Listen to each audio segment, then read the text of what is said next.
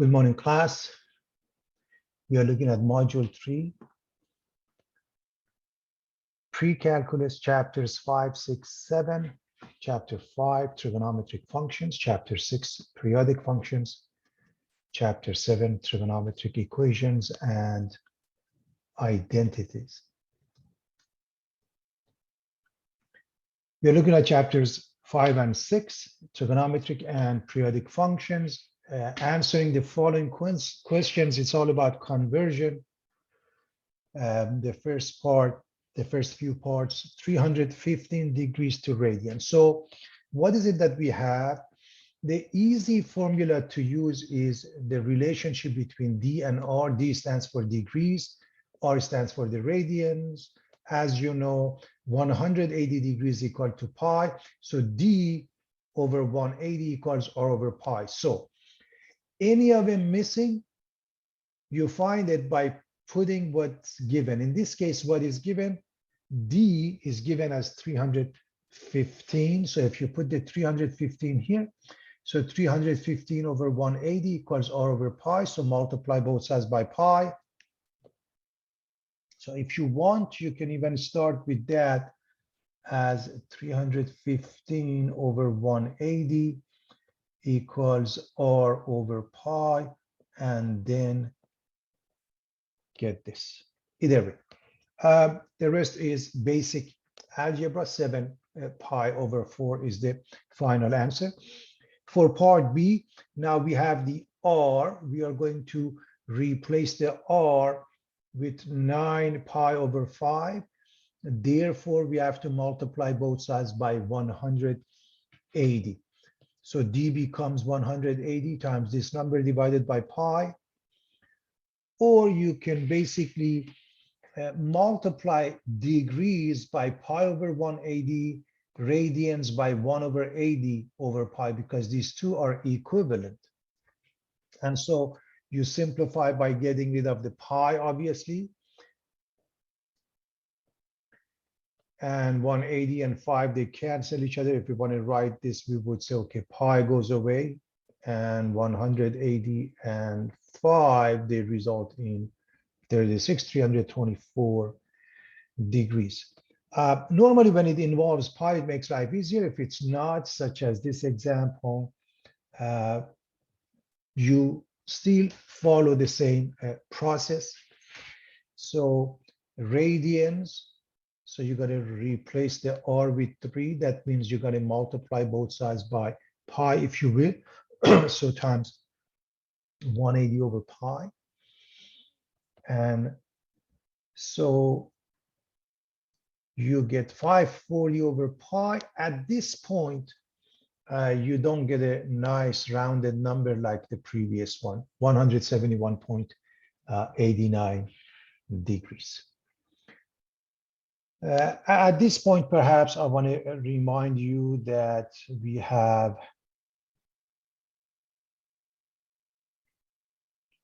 one degree equals 60 minutes.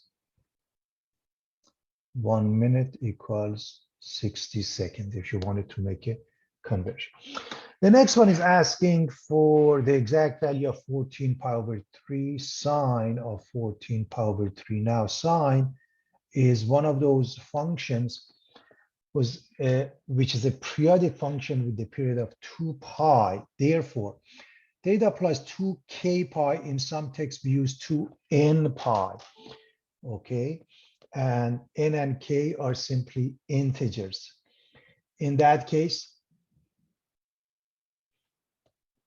you have to get rid of multiples of 2 pi. And you notice 14 pi over 3 is larger than 2 pi. So you can subtract 12 pi over 3, which equals to 4 pi. Let me write that for you. This is 12 pi over 3 plus 2 pi over 3. And of course, this one is 4 pi. You want multiples of 2 pi. And sine of 2 pi over 3, it's square root of 3 over 2, because 2 pi over 3 is 120 degrees. Remember, you go to reference angles. In this case, the reference angle is pi over 3, and sine of pi over 3 is the same as sine of 2 pi over 3, simply because sine is positive in the first and second quadrant.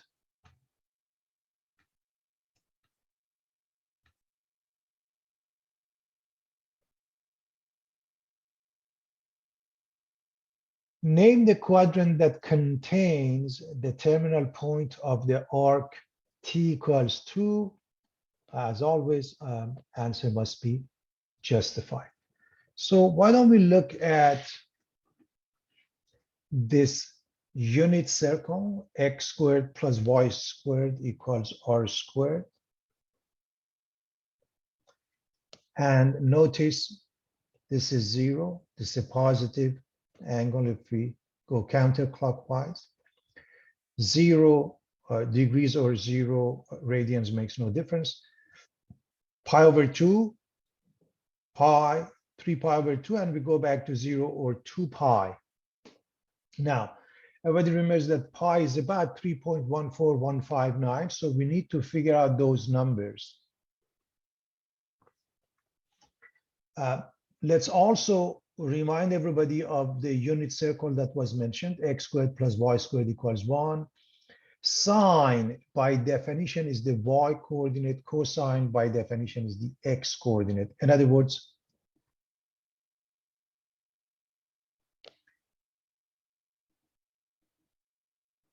if this is t and this point P has coordinates x and y,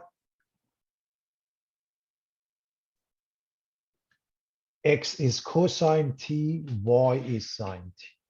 In the case of a unit circle,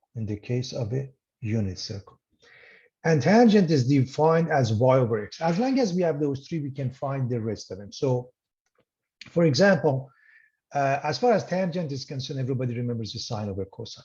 Now, the relationship between the rest of them and what we found here, they are reciprocals. For example, cotangent is the reciprocal of tangent. So if tangent is y over x, cotangent must be x over y, or cosine over sine.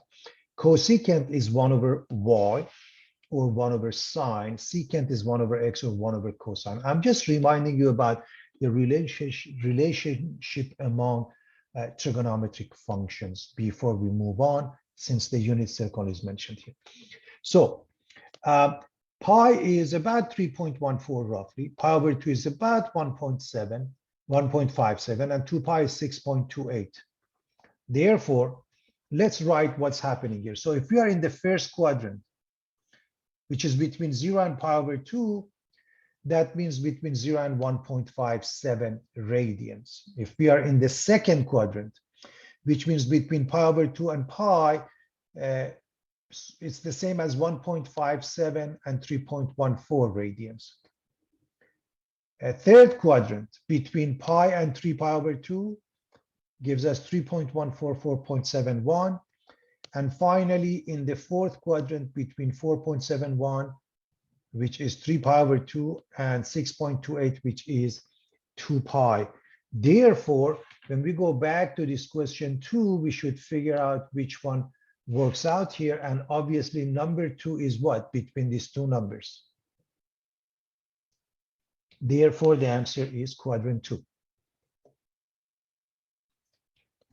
Quadrant 2.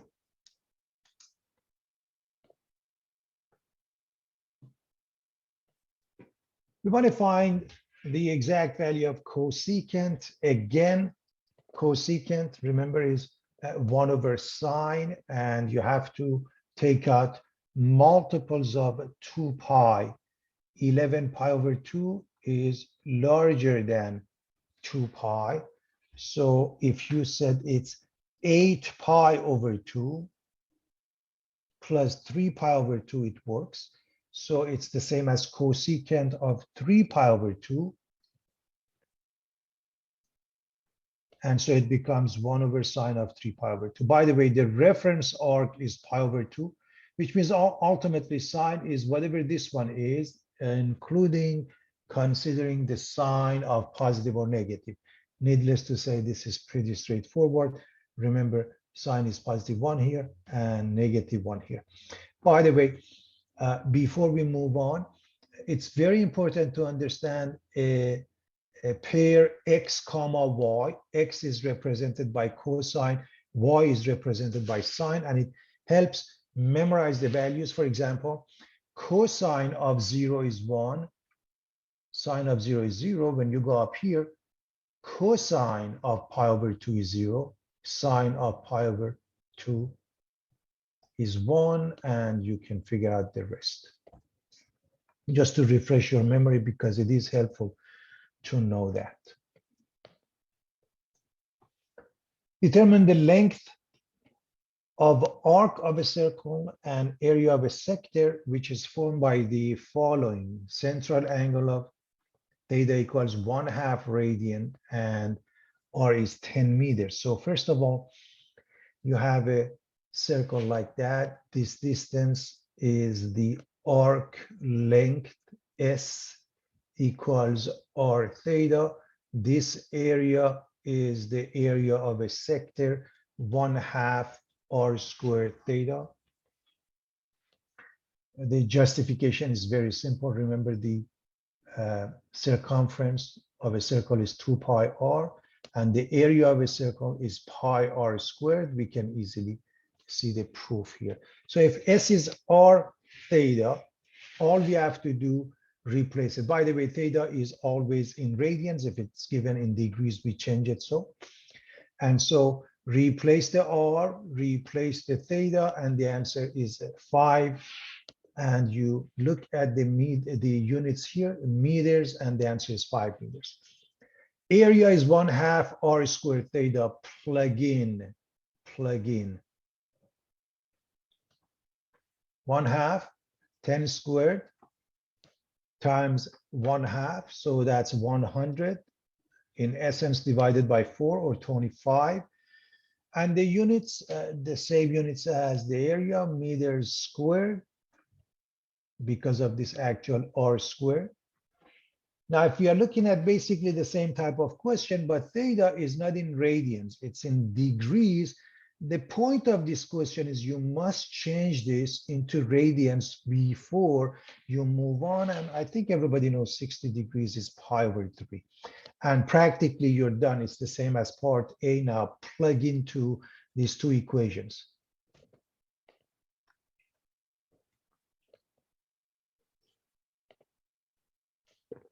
S equals r theta.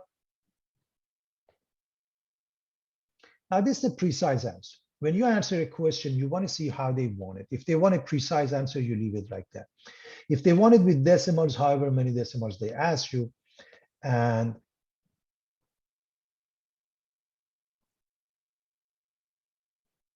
you make sure you answer it with proper units.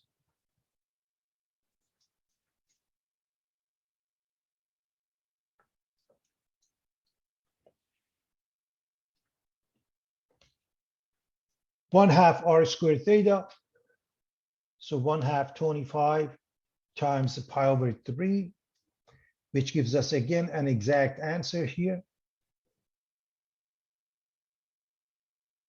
You can leave it like that, if that's good enough, if that's how they want it, or you answer it with a bunch of decimals properly.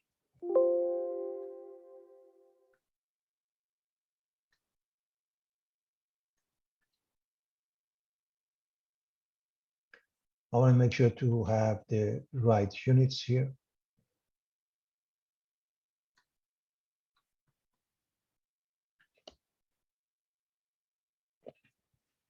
We are going to move on.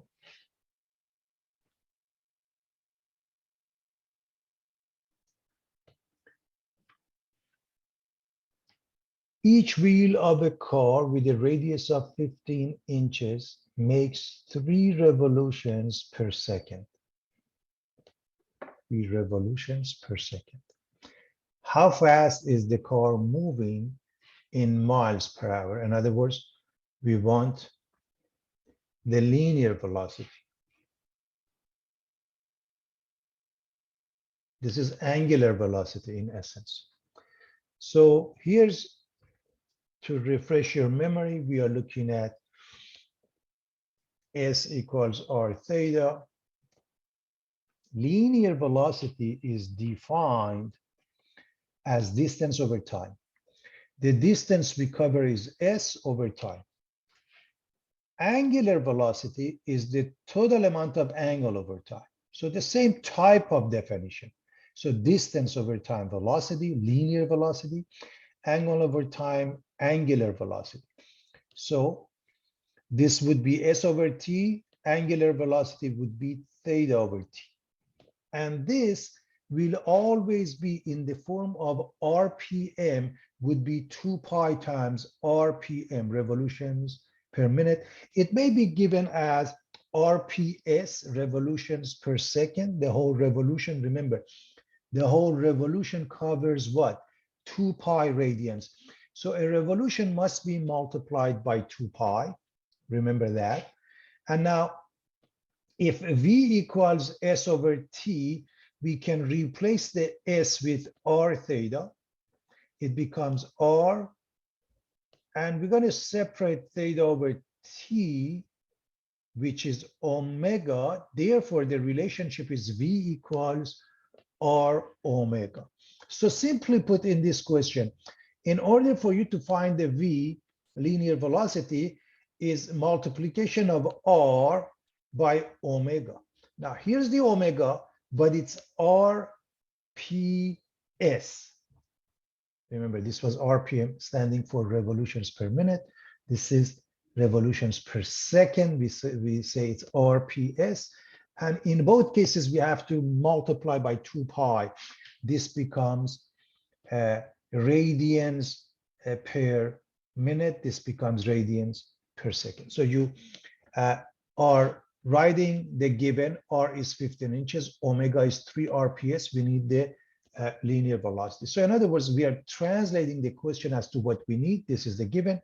And so the very first thing, omega is RPM or RPS times 2 pi, whatever the units of time is, you keep it as such. And therefore, we are looking at 6 pi radians per second. 6 pi radians per second. So just keep up with the units. V equals R omega. V equals R omega in this format, of course. So 15 times 16 pi is 90 pi. What are the units? Inches per second. Inches per second. Now let's go back to the question. We want it in miles per hour. So let's do that. 90 pi is a number, inches per second, and we want to end up with the result miles per hour. So let me go over this and show you how you do this conversion by writing the original one. And then whatever you want, your result, you want it to be in this format, MPH, you're going to write it as miles per hour. So let's see how we move from here to here. By writing the following: 1 foot, 12 inches. So that takes care of the inch. 1 mile, 5,280 feet. That's how we get rid of the feet. We have seconds here.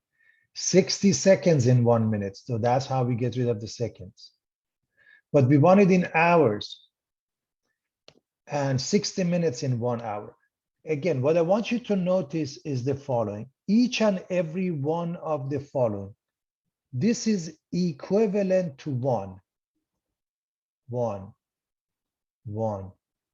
All of them are equivalent to 1. By the way, whether you put 12 inches over 1 foot or 1 foot over 12 inches makes no difference. It is equal to 1. But what do you put in? You put in what you need so that you get the result you're looking for.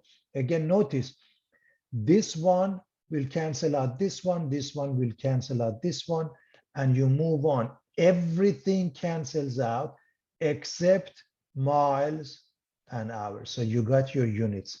Now, all you have to do, multiply 90 pi by 60, another 60, which is 3,600, divide by 12 times 5280. And those are ones, they make no difference. And pi, of course, is about 3.14159. Make sure you put the pi in a calculator, and you get about 16 miles per hour, 16.065. So what do you want to do? You want to pay attention to the fact that in essence, you've changed the using the inches to miles and seconds to hours. So pay attention to what I wrote for you here. That is really handy. If the length of an arc S is given as 50, and we know the radius is 6 inches, we want to find angle theta that this arc subtends. So what is given? S is given, R is given, theta is missing, and we know S equals R theta. So just find them missing. S equals R theta. Theta is simply S over R. And you want to make sure that they have the same units. If they didn't, you just want to change them and do the conversion accordingly. And the result that you get for the angle is always in radians.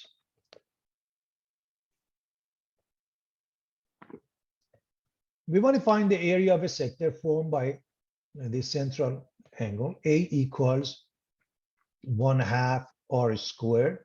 So just plug in A equals 1/2 R squared. Just plug in. We have the R over here, and we just found the angle, and it's 150. I hope you realize 3 goes away. This is 6 times 6, 36 divided by 3 is 12. 12 divided by 2 is 6 times 25, 150. The units of area. We should be comfortable with that.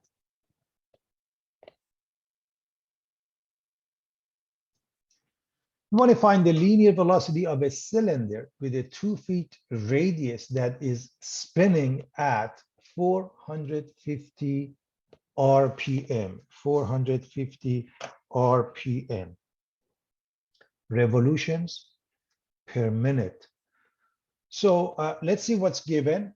We are looking at the given that is R, and omega is 450 RPM. Remember, V equals R omega, but the RPM, each revolution means 2 pi. So we need to use the 2 pi times that to get to the omega, changing the revolution to a radian. So 2 pi times 40 results in 80. So 80 pi radians per minute. This is 450.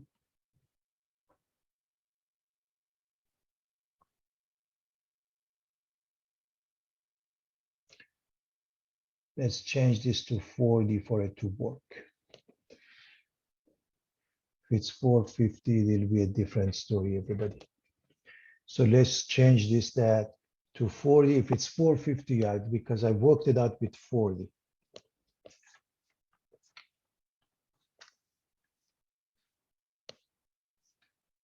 All right.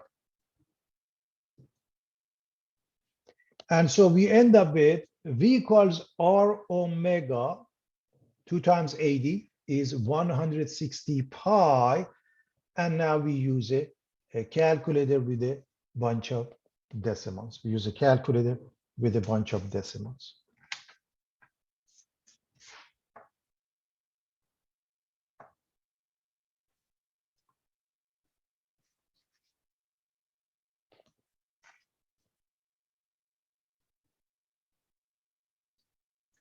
We want to find the exact value of each of the remaining trigonometric functions, given that tangent is negative square root of 3 over 3, and sine is positive. Sine is positive. There are different ways of approaching this. First and foremost, we need to figure out the quadrant. Remember, tangent and cotangent have the same sign in the first and second. In the third quadrant, they are positive. In the second and fourth quadrant, they are negative. And sine is positive in the first and second quadrant. So a few things to remind you.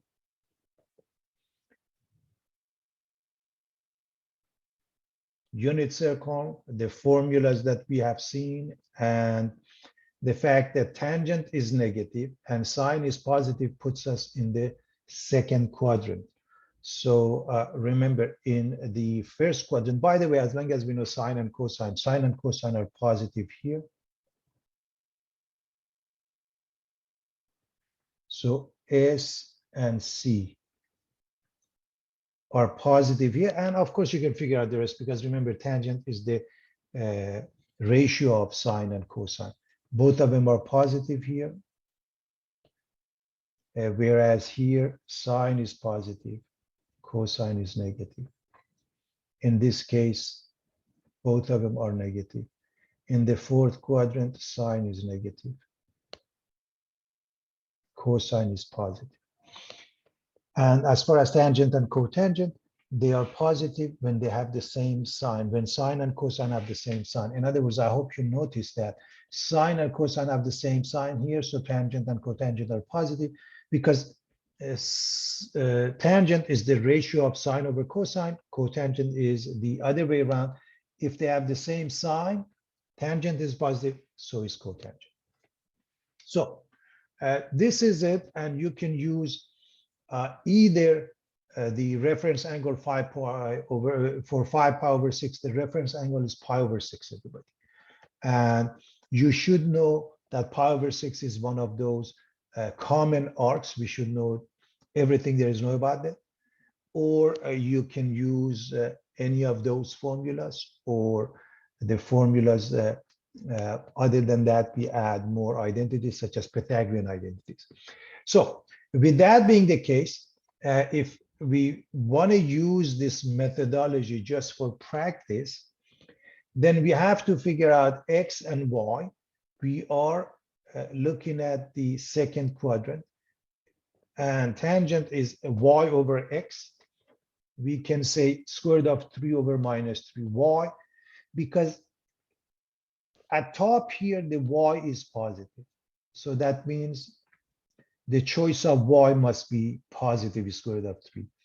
On the left side of the Y axis, we are in the second quadrant, X must be negative. And that's important that you know if your result is negative, where you should put the negative sign to write it in this format if you want to go with X and Y. And now the rest is fairly simple. You follow these formulas and you come up with the answer. You can see that sine becomes 1/2, cosine is negative square root of 3 over 2, so on and so forth. And by the way, all of this, you can calculate the R as x squared plus y squared equals R squared. So we are looking at this one.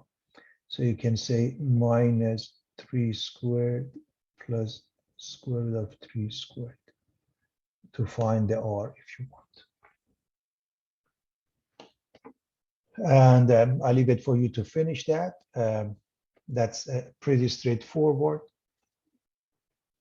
And you can easily see the answer. And as I mentioned, if you go and look at 5 pi over 6, you notice that this is a common arc with a, let me also write that for you, with the reference arc.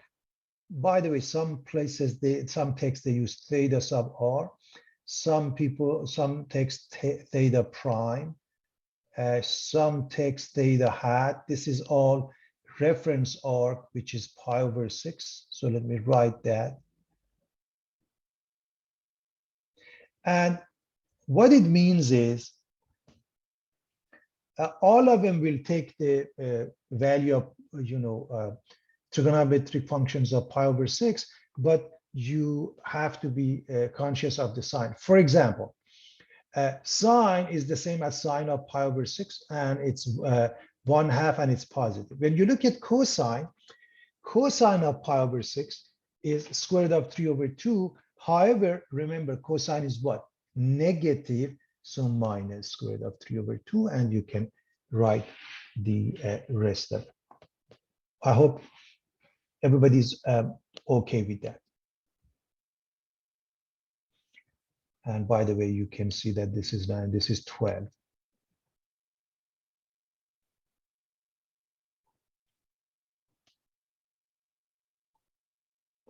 So R becomes square root of 12, which is 2 square root of 3. And take it from there. So I have discussed different ways using reference arcs, using definition by X and Y, and either way it works. In this case, we want to do exactly the same thing when secant is given, and we know sine is negative. So secant means 1 over cosine is equal to 2. Sine is negative, and that puts us in the 4th quadrant. The reason why, because when secant is positive, that means cosine is positive. And I explained it in the previous page as to what's happening with different quadrants. And now that you know you're in this quadrant, you know the signage for everything. So if it's 1 over cosine, therefore cosine becomes 1/2. By the way, cosine being 1/2, you can guess what's happening with the rest of them, but let's go with some trigonometric identities. This is part of what we call Pythagorean identities, and I'll discuss that further in a moment. Sine squared plus cosine squared equals 1.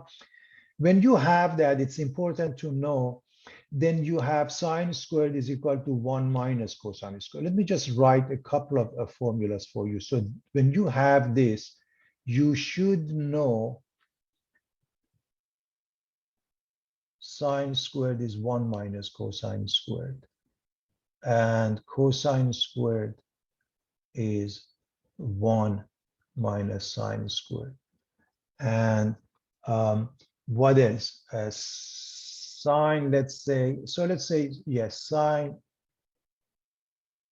is plus minus the square root of 1 minus cosine squared.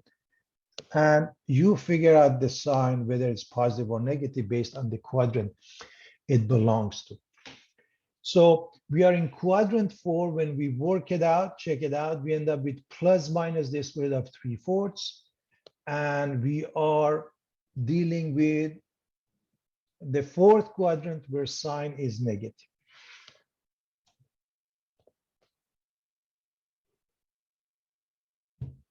Now the rest is easy. Cosecant is 1 over sine.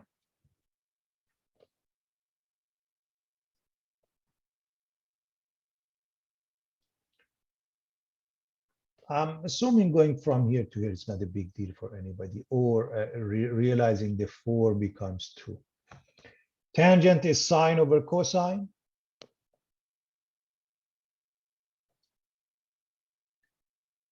Cotangent is the reciprocal of tangent, 1 over tangent.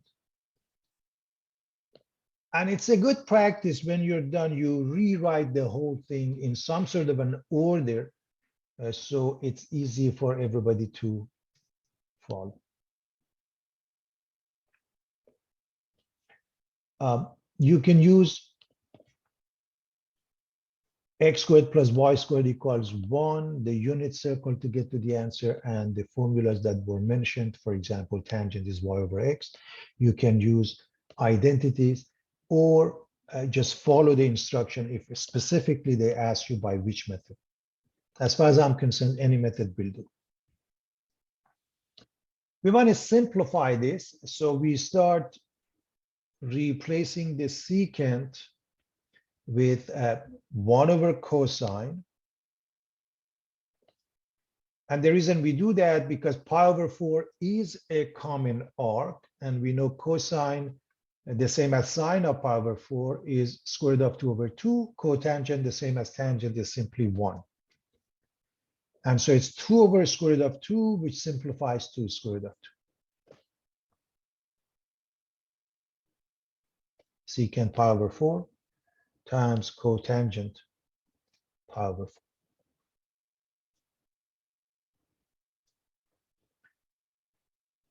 When we want to solve a case like this, LCD, the least common denominator, works the best, which means sine theta times cosine theta is our LCD. So we want to multiply this one by cosine theta minus, we want to multiply this one by sine theta. So take a look. When you multiply this by this, you get sine theta cosine theta plus cosine squared minus cosine times sine in any order minus, with minus makes it positive, sine squared.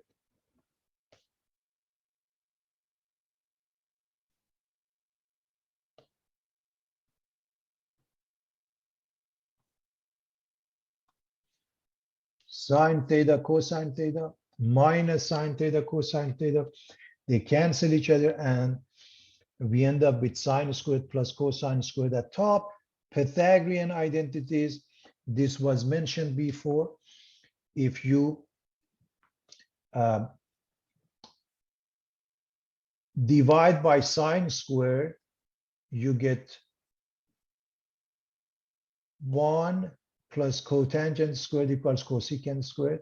If you divide by cosine squared, you get 1 plus tan squared equals secant squared.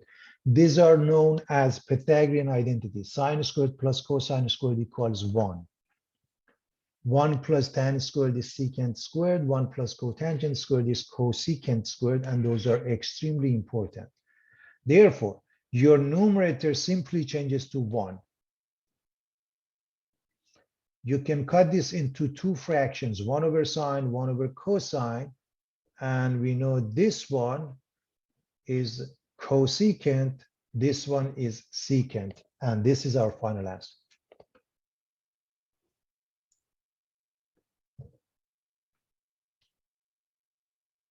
It's important to justify step by step.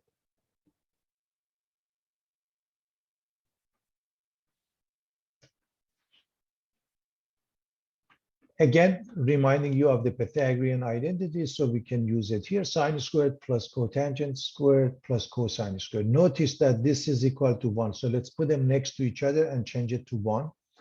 When we put these two next to each other, and you don't have to, if you can see it, it's fine. But just to make sure everybody's following that, the sum of these two is 1. And when you look at this one, the sum of these two is cosecant squared. So Pythagorean identities were really helpful.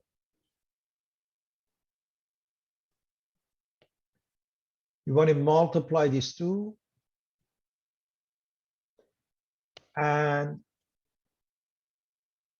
this is pi over 6 is fine. This is 13 pi over 6, which makes it larger than 2 pi.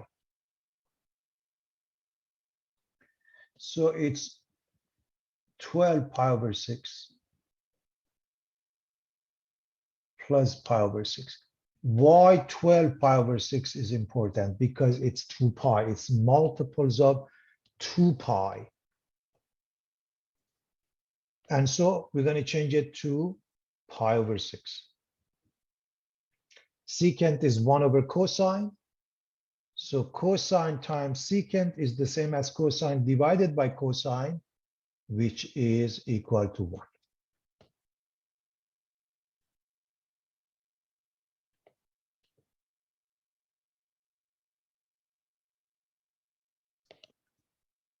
We want to add those. So I like to remind you about the periodic functions again, and that is the period for sine is 2 pi, the same thing for cosine, secant and cosecant. So sine and cosine, secant and cosecant follow. Same thing, whatever tangent is, cotangent follows. Now the period for tangent is pi, and the period for cotangent is also pi. Whether we add or subtract, it doesn't matter. In other words, 2k pi, if you remember, or 2n pi, where k and n represent any integer. So this one is cotangent theta. This is minus pi. It's multiples of pi. Therefore, it doesn't change, cotangent. The same thing here. So all of them are the same thing. So we have 3 of those.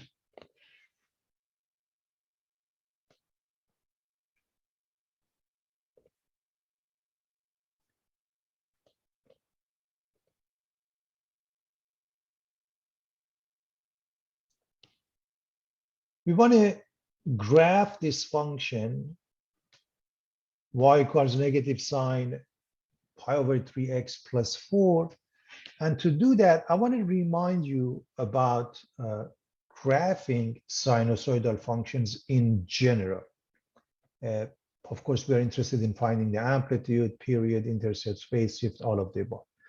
So here's what a basic sine looks like. Anytime you graph a sinusoidal function, that means a sine function or cosine function, just draw a complete cycle. And then if I want, I continue on both sides. I hope you see that I can continue indefinitely on both sides. If you can come up with one, then you can continue on both sides easily. Notice we have 4 arcs. This is one of them. This is another one. This is another one. This is another one. So we're going to go from 0 to pi over 2, then pi over 2 to pi, pi to 3 pi over 2, and 3 pi over 2 to 2 pi. So we are looking at this one is number 1. This one is number 3. This one is number 2. Let's say this one is number 4. So there are 4 pieces. As long as you have those, the rest is fairly nice and easy. And for a basic sine or cosine function, the domain is all real numbers. The range is from -1 to 1. The period is 2 pi. The amplitude is 1, as you can see.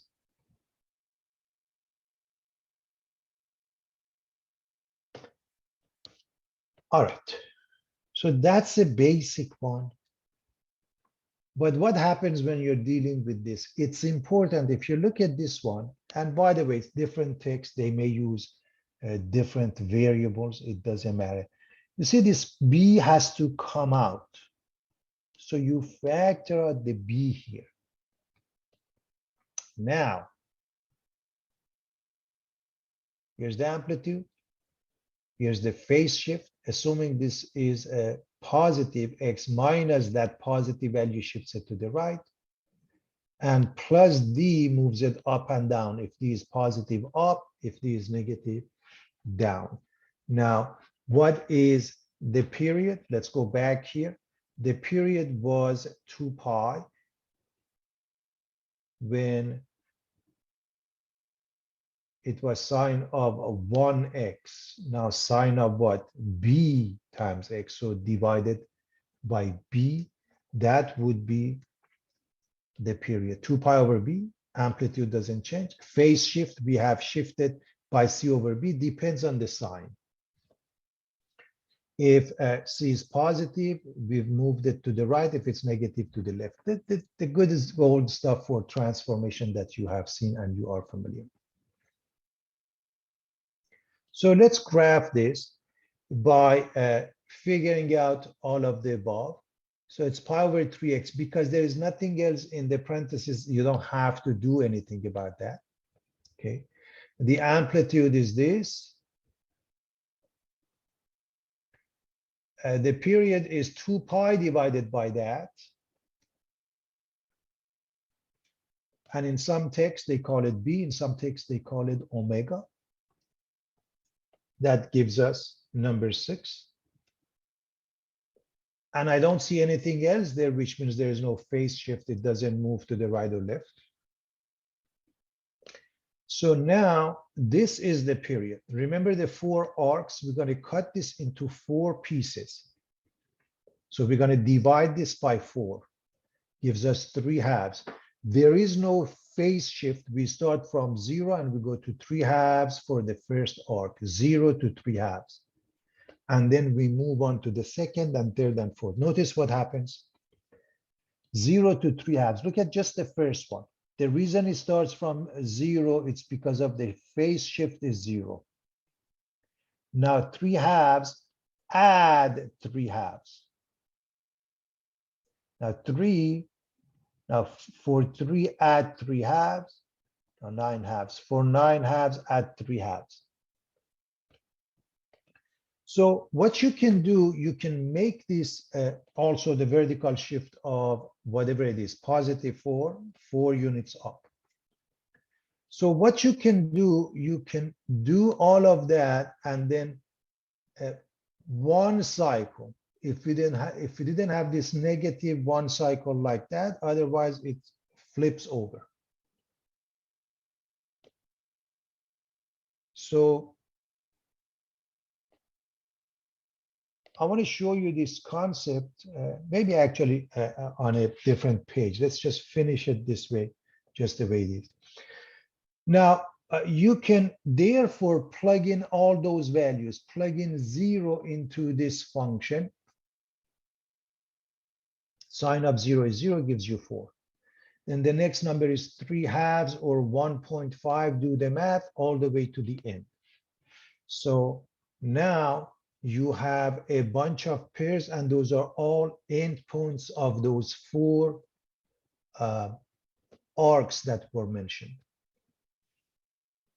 And if you need more later on, because remember, you just come up with 1 complete cycle first. So look at the cycle that we come up with. And seeing it this way going. So look at this one. So ultimately, this has been cut into 4. Those are the numbers. And then you put in all those important parts. What I want to show you,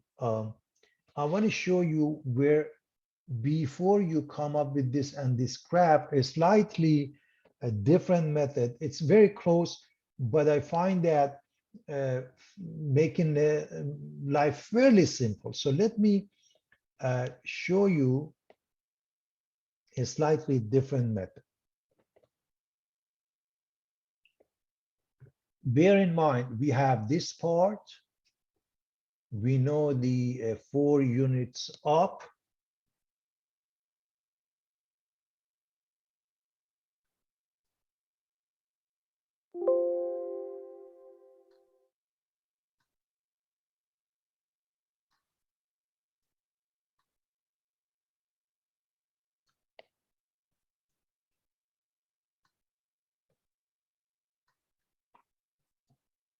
So we have those parts. So one way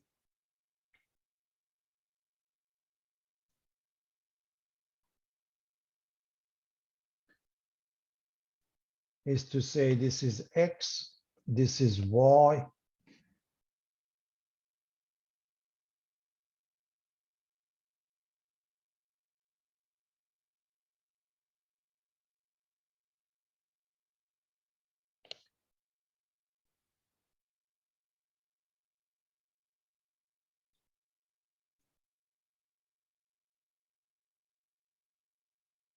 So it's been shifted up. This is actually Y equals 4. So in essence, now you have transferred your x-axis above by 4 units. So look at the endpoints. So let's say this is number 6. I'm going to cut it in 3. In 2 becomes 3. This is 3 halves. This is 0. 9 halves. So again, different colors. So we have this one corresponding to this. 3/2, 3, 9/2, and 6. And so what happens is that, generally speaking, we have this one, right? Because of the function y equals negative, I'm interested in this sign, -6 sine of pi over 3x plus 4. Now,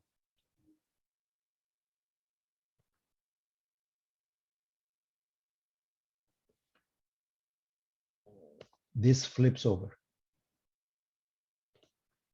Therefore, this is going to flip over, okay, like that. Now, how far do we go here? Okay, here and here and here and here. Those are the pairs that we put in. We put in those values to come up with the answer. Remember, the value of A was -6, and we shifted up by 4. If you look at this one, which is 0, 0, and this one is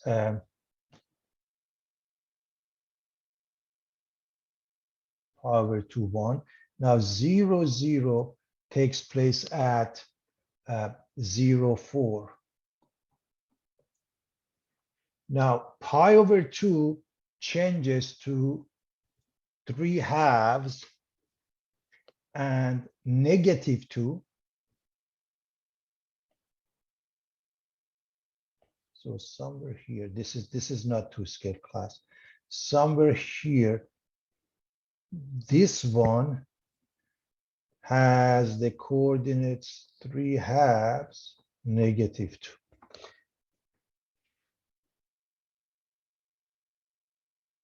This one also has a different color, make a different color, 3, 4.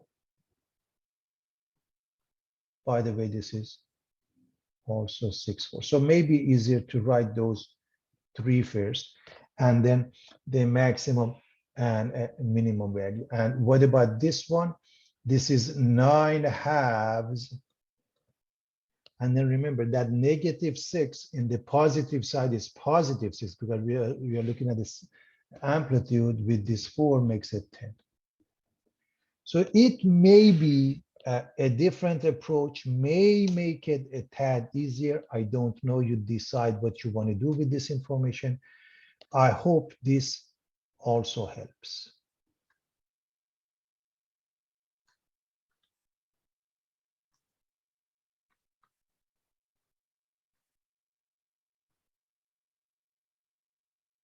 So before we show that, in essence, that y equals 4 is the x-axis shifting up by d units, which is +4.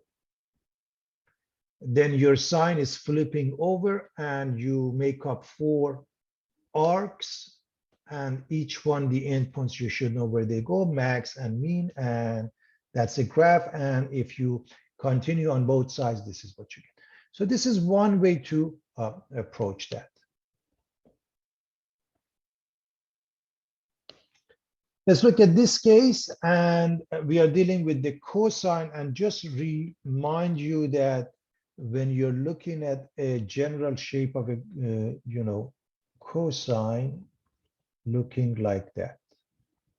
Let me actually graph this, and then I'm going to erase that. Just remember the basic shape for one cycle is this. Notice the 4 arcs. This is the basic shape. For example, this is pi over 2.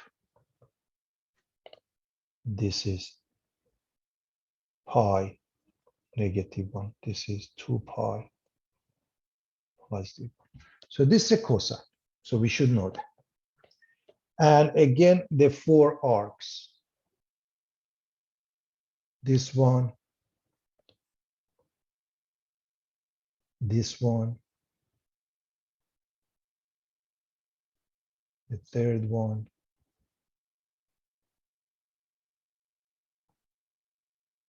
and the fourth. Okay, so we have the 4 arcs. So you can go with that concept. In the meantime, we notice the amplitude is 2 and we have to take number 3 out. So let's do that. So when you take the 3 out, and let me just erase this because I need this space. Just reminding you about the general shape.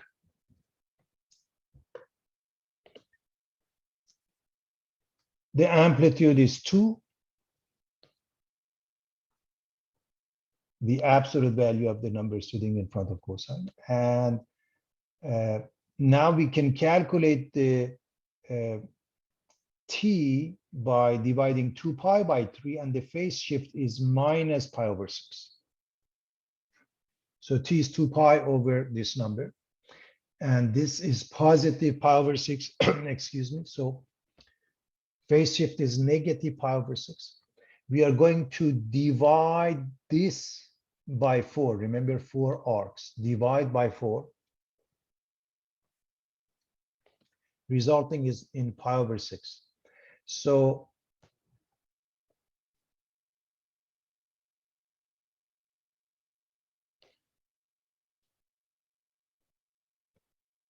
we start with negative pi over 6 because it's been shifted. And we add 2 pi over 3. So we can see that one cycle starts from minus pi over 6 and it goes by 2 pi over 3, ending up in pi over 2. So it goes from negative pi over 6 to pi over 2 in essence. Now let's cut this into 4 equal parts by adding this much. So this one goes from negative pi over 6, add pi over 6 goes to 0, and then 0 to pi over 6, so on and so forth. I hope everybody can see what I'm trying to do here. A quick recap. Here's your phase shift. Here's your period. So we start from minus pi over 6 and we go the amount of the period to the right, that would be 1 complete cycle. So minus pi over 6, we add the 2 pi over 3 to come up with that, and then minus pi over 6 to 0, 0 to pi over 6, so on and so forth. All you have to do, evaluate the function at those endpoints. That gives you 1 complete arc.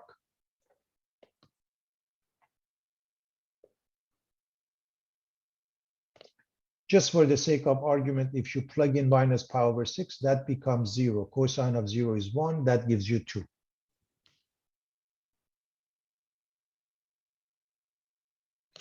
If you plug in 0, you get pi over 6 times 3. Or you can look at it this way, pi over 2. It doesn't matter.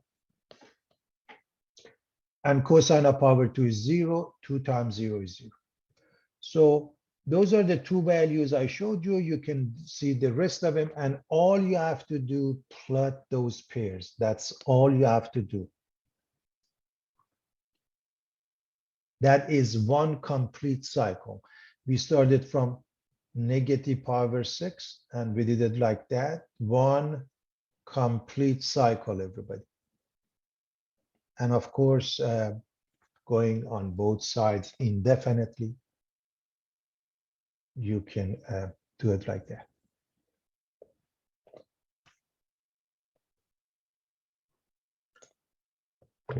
It is a periodic function. As far as tangent is concerned,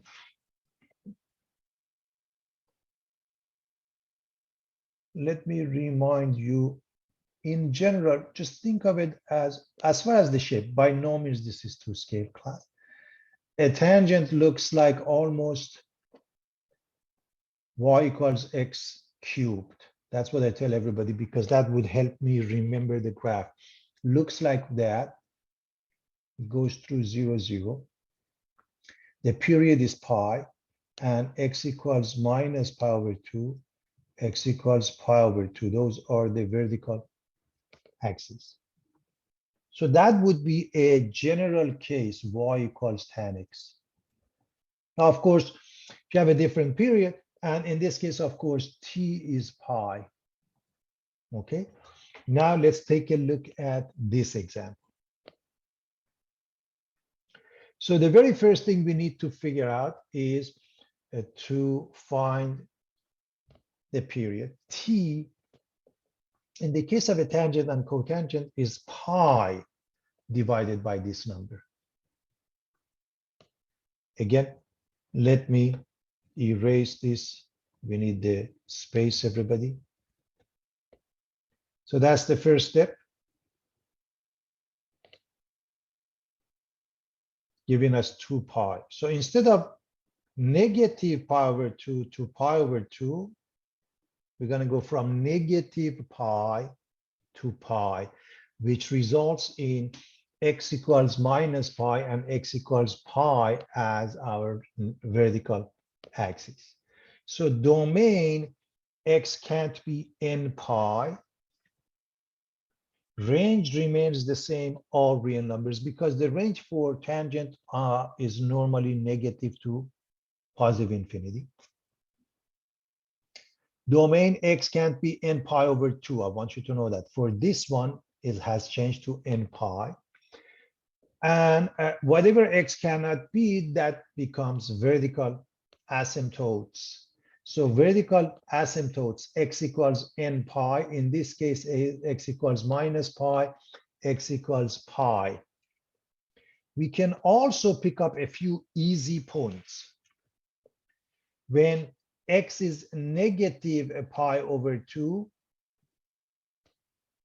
we get tan of negative pi over 4, which is negative 1. 0 gives you 0. If we go with pi over 2, half of that is pi over 4. Tan of pi over 4 is 1. Again, we can pick other pairs, but those are very easy one. By the way, I hope everybody remembers the, again, functional value of trigonometric functions of common arcs. And so those are our vertical asymptotes at x equals minus pi, x equals pi, and the pairs easy ones, and the graph.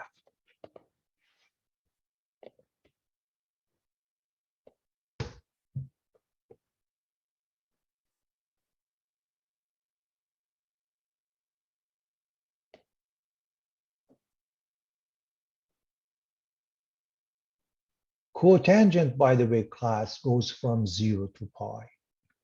The one complete cycle for a basic cotangent. 0 to pi looking like this. Looking like, in essence, y equals minus x cubed that has been shifted to the right. We want to find the amplitude, period, intercept, and everything else, and sketch the graph of this function. Notice the amplitude is 3. The period is 2 pi divided by pi, making it 2. I don't see any phase shift. It's been shifted up or down, down by 4. So there is no phase shift. We are going to divide this by 4, giving us 1/2. Since there is no phase shift, we start with 0 and then 1/2, and we make up 4 sub-intervals. 0 to 1/2, 1/2 to 1, 1 to 3/2. I hope everybody can see that we are adding 1/2 to the endpoint, okay? So this is one, this is another one, this is another one. So the shape that was discussed like so will be created by evaluating the function at those points. 0, 1/2, 1, 3/2, and 2. That means 5 points. All we have to do, 5 points with the shifting of y equals -4. So if this is the x-axis, this is the x-axis. So it comes down by 4. So vertical shift 4 units. And as I mentioned, we evaluate them at those points. For example, if you plug in 0, cosine of 0 is 1 times 3 is positive 3 minus 4 is negative 1. If you plug in 1/2, it's pi over 2 cosine becomes 0, therefore negative 4. As long as you have those two, you can figure out the rest. So let's plot those pairs. And this negative 4, in essence, it has shifted up. So that would be the general shape. So here's 0, negative 1. This is negative 2, everybody, negative 4, and so forth.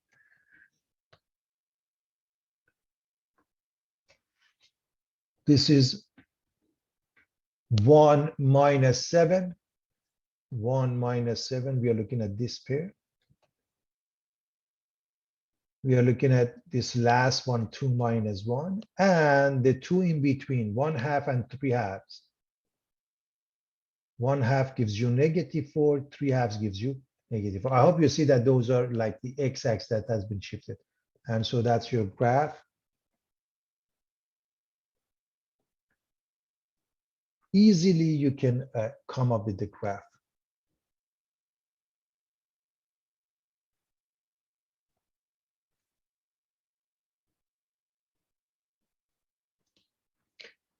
How do we graph secant and cosecant function? In this case, we are dealing with y equals cosecant pi x, and we know cosecant is 1 over sine. Therefore, completely ignore that and graph the sine. Ignore that, graph the sine. This we know how to graph. We will get there in a moment. So we need the amplitude is 1. The period is 2 pi divided by pi, making it 2. There is no phase shift. It doesn't move up or down. So it's a basic sine graph. Instead of 0 to 2 pi, we have 0 to 2. So let's cut this into 4 equal pieces. Becomes 1/2. Therefore, we go from, there is no phase shift, from 0 to 1/2, 1/2 to 1, all the way to number 2. So 1, 2, 3, 4 sub-intervals, 4 arcs. And now plug in, for example, 0, sine becomes 0. Plugging 1/2, sine of 1/2 pi, it's 1. And you can figure out the rest.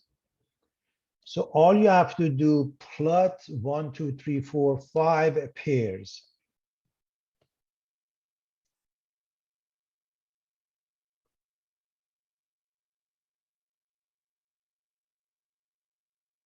So look at the x-axis and look at the max and mean, and here's your graph. So that would be the end of the story for the sine. Now, how do you graph cosecant? Then simply put, flip this over. So flip this over. By the way, this is one complete cycle. You can keep on going. So flip this over, looking like that.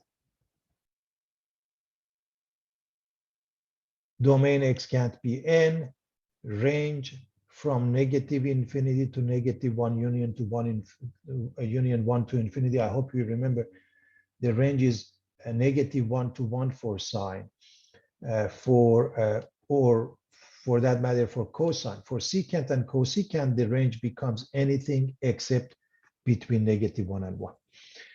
Vertical asymptotes, x equals n in this case, which means x equals 0, 1, and 2, which means the following. So wherever, remember, because this is 1 over sine pi x, wherever this is 0 gives us the equation for the vertical asymptotes. That's how we arrive at the equation for the vertical asymptotes, everybody.